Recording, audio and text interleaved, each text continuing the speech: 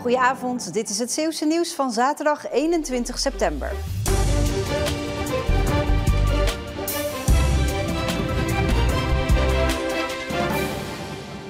Hoog bezoek vandaag in Goes. Prinses Beatrix komt op bezoek bij voetbalclub SSV 65 voor een inclusieve sportdag.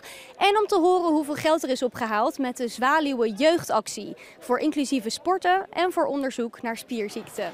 Tijdens de sportdag worden wedstrijden gespeeld, maar ook sportclinics gegeven waarbij allerlei parasporten worden getoond en geprobeerd. Ja, ik vind het superleuk, want ja, je kan van alles doen en het is ook voor gehandicapten superleuk. Want ja, sommige dingetjes of feesten daar kunnen ze niet zo vaak bij en nu kunnen ze eindelijk wel bij. Dus dat is wel leuk. En hoe voelt dat voor jou, Dion? Ook wel fijn, want dan wordt onze gemeenschap ook in de maatschappij gebracht. Ieder jaar wordt er geld ingezameld met een landelijk voetbaltoernooi. Maar eens in de 5 jaar wordt er een groot feest van gemaakt. Dan is prinses Beatrix bij de bekendmaking van het bedrag, omdat de cheque deels naar het Prinses Beatrix Spierfonds gaat. En dit jaar is dat voor het eerst in Zeeland, bij voetbalclub SSV 65. Ja, daar zijn we natuurlijk enorm trots op als club. We hebben ook al sinds de jaren 80 G-voetbal binnen onze club. En dat we dit nu mogen organiseren, ja, dat is echt helemaal top. Hoogtepunt van de dag was de landing van meerdere parachutisten op het sportveld die een vlag bij zich hadden waarop het opgehaalde bedrag stond. €480.000. En volgens mij is het ook een record wat is opgehaald met deze actie. Ja, er zijn een aantal goede doelen die ze hiermee financieren. Onder andere het Prinses Beatrix Fonds, passend voetbal. Ook de amateurverenigingen die kunnen subsidie hiervoor aanvragen. Dus ja, echt gewoon supergoeie doelen. Altijd al een kijkje willen nemen in een windturbine? Dat kon vandaag tijdens de Open Energiedag in Kamperland. Wij waren hier dit weekend lekker nog even een laatste vakantie een paar dagen aan het vieren. En toen hoorden we dat er dat die open was. En met die 2 kinderen, wij dachten, dat is leuk, even een kijkje nemen. Gewoon nieuwsgierigheid. We vinden het ook leuk om mensen te betrekken bij de ontwikkelingen waar we mee bezig zijn. Dit windpark wordt vervangen namelijk. En denken dat het goed is als we mensen gewoon 1-op-1 vragen kunnen stellen. En dat we zoveel mogelijk antwoorden kunnen geven op de vragen die ze hebben. Bezoekers konden alleen niet naar boven in verband met de veiligheid. Nou, wel een beetje teleurgesteld, maar ergens denk ik ook, ik ben er op zich niet de beste in hoogtes, dus op zich was dit prima. Niet alleen hier, maar ook op andere plekken in Nederland hadden tientallen duurzame projecten de deuren geopend voor publiek. Zangles voor rapper Sykes, die Zeeland vertegenwoordigt op het Regio Songfestival in november. Even voor wat extra olie op die scharnieren en ook op de stembanden.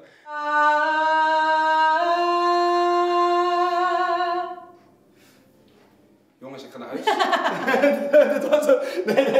Kan jij? Ja, sowieso. Oké, mag die nog 1 keer? Ja.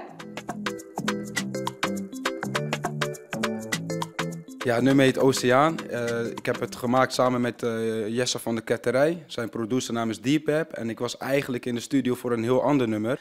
En ik zei, ja, ik wil ongeveer zoiets maken. Weet je, dat verliefde gevoel, een beetje afro, invloeden, maar toch ook weer Hollands echt. Ik laat je nooit meer gaan. Was alleen, dat is niet oké. Dit vloot als een oceaan. Toen zijn we de beat gaan maken en toen is het eigenlijk bijna vanzelf gegaan. Oh yeah, laatste tijd ben je on my mind. Toen heeft het nummer nog 2 jaar op de plank gelegen, heeft het licht niet gezien.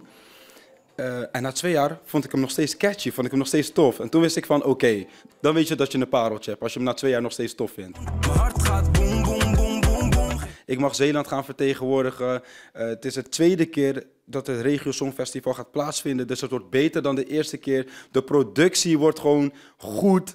Dus let's go. Ik laat je nooit meer gaan. Het badstrand in Vlissingen is er weer helemaal klaar voor gemaakt. Want morgen staat de 37e editie van de Strandcross op het programma. Voor Richard Leeuwenstein is de Strandcross een hoogtepunt in het jaar. De Vlissinger deed zelf zo'n 20 keer mee en zit nu al meer dan 10 jaar in de organisatie. Als er iemand weet wat het mooie is aan deze wedstrijd, dan is hij het wel. Ja, wat is de magie van de Strandcross? Ik denk sowieso de entourage hier aan de zee. Enorm veel publiek. 1 keer per jaar, zo'n wedstrijd, ja, is toch wel heel uniek. Over het strandcrossen is loodzwaar, weet Leeuwenstein. Het vereist bepaalde kwaliteiten. Het zand is enorm los, dus het loopt zwaar, zeg maar. De baan wordt ook heel erg zwaar. En het is ook een circuit, zeg maar, waar je eigenlijk op geen andere baan op zou kunnen trainen vooraf. Dus je kan het eigenlijk met niks vergelijken. Richard Leeuwenstein kwam zelf meerdere keren op het podium bij de strandcross. Morgen let hij vooral op zijn zoon Mats, die vorig jaar al de beste Zeeuw was. Ja, die is ook super fanatiek. Die hebt er ook veel zin in. Rij ik ook bijna ieder weekend het land mee in voor de kampioenschappen, zeg maar. Dus ja, die staat zondag aan de start. Als hij goed mee kan komen, dan ben ik tevreden. Het weer was vandaag prachtig. Er was wat hoge bewolking, vooral in de ochtend, maar voor de rest was het een zonovergoten dag. De zwakke oostenwind bracht ook vandaag geen verkoeling. Vanavond neemt de hoge bewolking vanuit het zuiden toe op nadering van een warmtefront. Door die deken van bewolking koelt het niet echt af en wordt het een graad of 14 à 15, nog steeds met die zwakke tot matige oostenwind. Morgen begint de astrologische herfst en dat gaan we merken. Het wordt wisselvallig. De bewolking wordt al snel steeds dikker en er is kans op wat lichte regen in de ochtend. De temperatuur blijft op deze eerste herfstdag wel warm met 23 tot 24 graden. In de avond trekt er dan nog een buienlijn over met ook kans op onweer. Na het weekend wordt het een stuk wisselvalliger met van tijd tot tijd regen en regenbuien. De wind draait naar het zuidwesten en we krijgen dus aanvoer van koelere en vochtigere lucht. Maandag ligt de temperatuur nog net boven de 20 graden en vanaf dinsdag gaan we dat niet meer halen. Op woensdag is er naast regen ook nog eens kans op onweer. Dit was Zeeland Nu, zometeen Zeeland de Week. Met daarin een overzicht van het Zeeuwse nieuws van de afgelopen week. Fijne avond.